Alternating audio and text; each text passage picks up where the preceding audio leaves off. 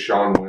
I've been a patient here at Synergy for about 4 or 5 years now. I started taking Epic Tea about a month and a half ago. I didn't notice anything for about the first week, but after that, I did start noticing that I just seem to recover a lot faster. I've been doing a lot of things in my yard, actually building a 6-foot tall steel fence. And though I still get sore doing those things, what would have taken me, anywhere from 3 to 5 days to recover from the soreness, especially in my back, I'm able to bounce back much faster.